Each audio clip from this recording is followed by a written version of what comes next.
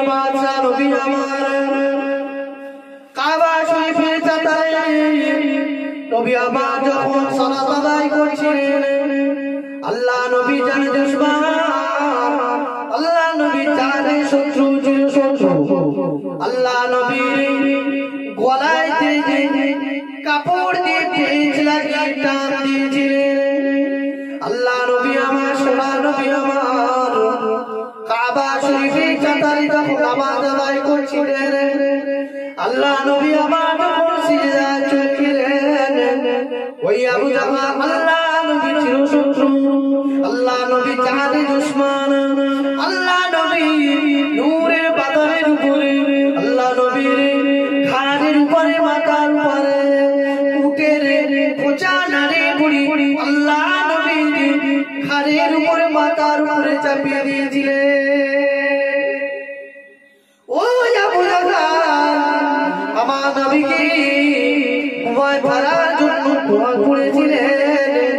আমার নবীকে কুয়ায় ফেলার জন্য কিন্তু আল্লাহ নবী আমার ওই রাস্তা দিয়ে আসছিলেন আল্লাহ নবী আমার আল্লাহ নবীর কাছে হযরত জিবরিল আমিনকে পাঠিয়ে দিলেন নাযালা বিহি রূহুল আমিন ও আমার জিবরিল আমিন যাও না ও জিবরিল আমিন যাও আমার হাবিব তোমার উপর দিয়ে এগিয়ে আসবেন আবু বকর আবু জাহল ওই কুয়ায় ফেলার জন্য চক্রান্ত করেছেন ওই কুয়ায় যাওয়ার জন্য চক্রান্ত করেছেন ও জিবরিল আমিন যাও যাও ওই কুয়ার উপরে তোমার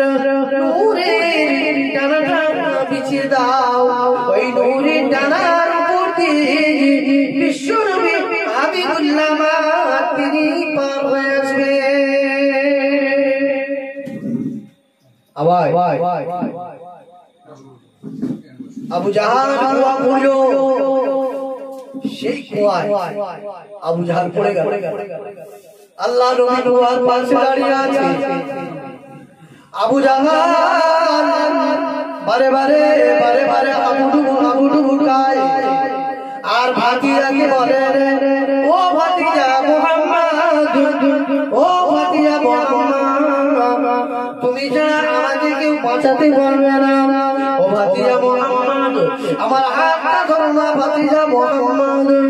ওই সময় ভাতিজা মুহাম্মদ বলেছিলেন চাচা জান ও আমার চাচা জান আপনার কাছে আমি কোনো বিনিময় চাই না চাচা জান আপনি যদি ইমানের কালিমা পড়ে নেন আপনি যদি একবার ইমানের কালিমা পড়ে নেন আমি ভাতিজা মুহাম্মদ খুশি হয়ে যাব আবু জাহল বলেছিল হ্যাঁ ভাতিজা আমি ইমানের কালিমা পড়ব আমি কালিমা পড়ব মুসলমান ভাতিজা মুহাম্মদ তুমি প্রিয় নবী সাল্লাল্লাহু আলাইহি ওয়াসাল্লাম আবু জাহল টেনে তুললেন কিন্তু আবু জাহল ঈমানের কালিমা আবু জাহল ঈমানের কালিমা বললেন না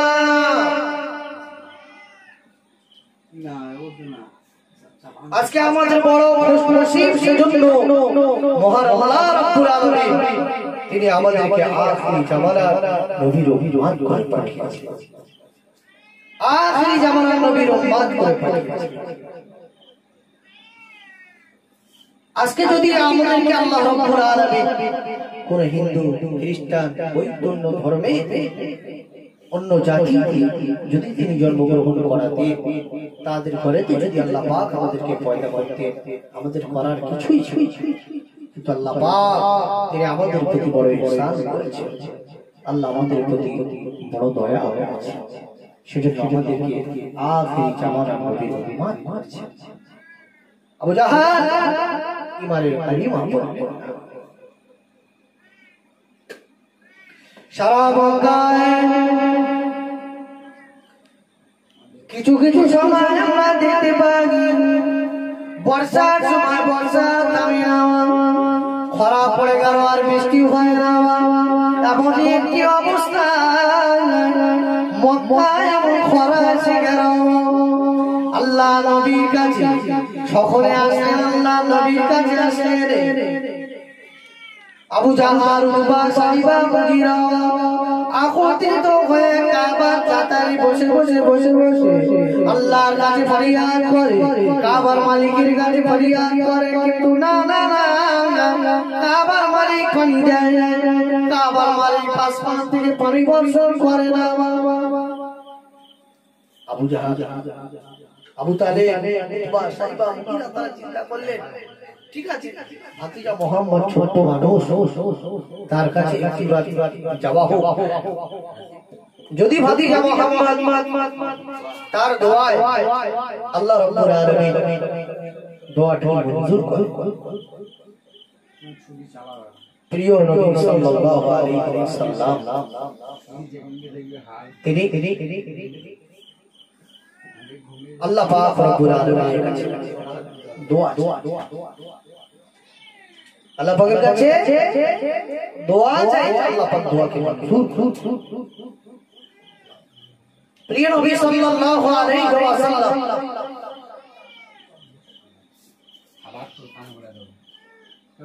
সে রূহের জগৎ থেকে নিয়ে আর আখিরাত যতক্ষণ না উম্মতে মুহাম্মাদি জান্নাতে না হচ্ছে ততক্ষণ পর্যন্ত উম্মতকে নিয়ে থাকবে। একজন মানুষ যিনি উম্মতকে ভুলে যাবে, উম্মতকে ভুলে তিনি যাবে। আজকে আমাদের সঙ্গে যাদের সম্পর্ক তারা তো আমাদেরকে ভুলে যাবে, কিন্তু তাদের জন্য তাদের মডেল হয়ে আমরা দেখবেন বর্তমান সময় বিরাট কোহলি যেমন দাঁড়িয়ে রেখেছে, মুসলমানের বাচ্চারা সেই দাঁড়িয়ে মুসলমানের বাচ্চা মুহাম্মদ সাল্লাল্লাহু আলাইহি ওয়াসাল্লামের মডেল হতে পারলো, এই বিরাট কোহলির মডেল, এই নেইমার যে চুল কেটেছে সেই চুল কাটে, এই মেসি যে গেঞ্জি পরেছে সেই গেঞ্জি পরে, তাই এদের হাসর নাসর তো নেইমার মেসির সঙ্গেই হবে। মান তাশাব্বাহা বিকওমিন ফাহুয়া মিনহুম, নবী আমার বলেছে যার সঙ্গে যার মডেল, যার সঙ্গে যার মহব্বত ভালোবাসা থাকবে, আখিরাতে কিয়ামতের ময়দানে আল্লাহ রাব্বুল আলামিনের দরবারে তার সঙ্গে তার হাসর নসিব হবে, তার সঙ্গে তার মহব্বতের মহাসরে একই কাতারে দাঁড়াতে হবে।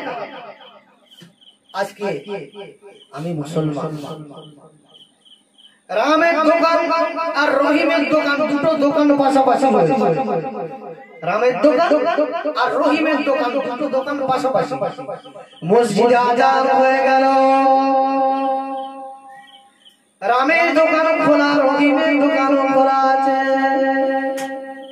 কে হিন্দু কে মুসলমান বুঝতে পারা গেল না। মসজিদে আযান মুসলমানের বাচ্চা মসজিদের পাশ থেকে মোবাইলে গান শুনতে শুনতে চলে যায়, ও তুমি না তোমার টুনি কোথাও শোনে না, মোবাইল গান শুনতে শুনতে চলে যায়। তাহলে কোনটা রাম আর কোনটা রহিম, আর কোনটা সেনগুপ্ত, কোনটা ব্যানার্জি, কোনটা চ্যাটার্জি আর কোনটা মোল্লা, কিছুই চেনা যায় না। আপনি যদি লেবাসের দিকে দেখেন, আপনি যদি দাড়ির দিকে দেখেন, বুড়ো হয়ে হয়ে যাবে, ও খোদার কাছে এখনো মাথা মতো করে। বলো ছেলে মেয়ে সবার বিয়ে দিয়ে ভালো করে রুকু করতে পারবে না, সিজদা করতে পারবে না, তবে খোদার কাছে ও যাবে মাথা ঠিক। আমার তো মনে হয় খোদা তখন বলবে যে তোর ওই কোমর ভাঙা রুকু সিজদা আমার দরকার নেই, বেরো মর, বেরো মরো, মরলে তারপর তো বুঝবে। আলী রাদিয়াল্লাহু আনহু তিনি বলতেন, উম্মাহ যখন তোমরা ঘুমাচ্ছ জাগবে তবে মরবে, যখন মরবে তখন তোমরা জেগে যাবে। शुद्ध मुंह के नबी का दामन नहीं छोड़ेंगे, रसूल का दामन नहीं छोड़ेंगे, ये झूठ बात नहीं चले। रसूलेर दामन धरते पारलो ना, छाड़बे रसूलेर सुन्नात धरते पारलो ना, छाड़बे कोटा।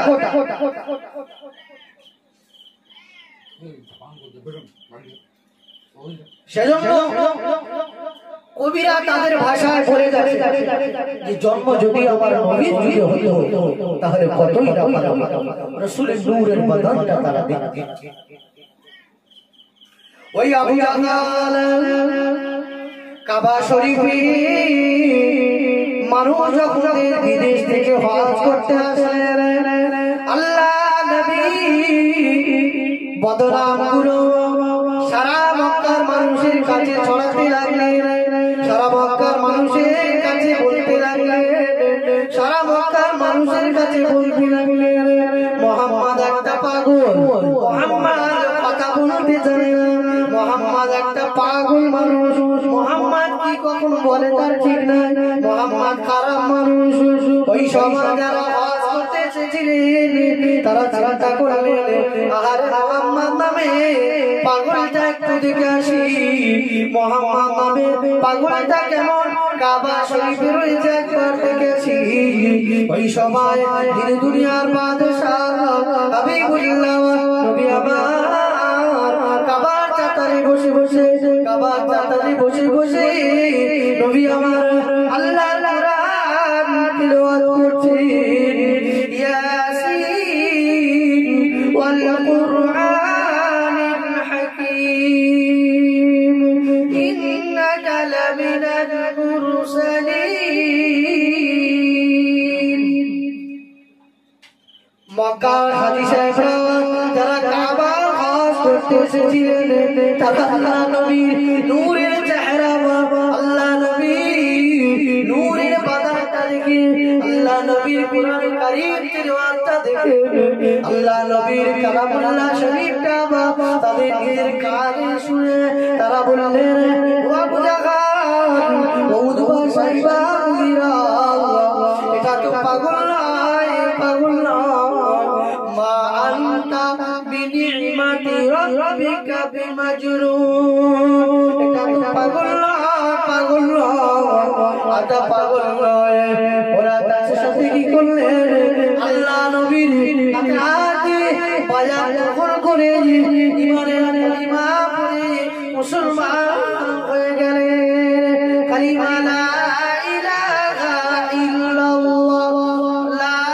ইলাহা ইল্লাল্লাহ, লা ইলাহা ইল্লাল্লাহ মুহাম্মাদুর রাসূলুল্লাহ। কালিমা মুসলমান। সেজন্য কবি বলছেন জন্ম আমার নবী যুগে হলে কেমন হতো, জন্ম আমার নবী যুগে হলে কেমন হতো, দু নয়নে রাসূল পাক দেখিলে কেমন হতো, দু নয়নে রাসূল পাক দেখিলে কেমন হতো, জন্ম আমার নবী যুগে হলে কেমন হতো।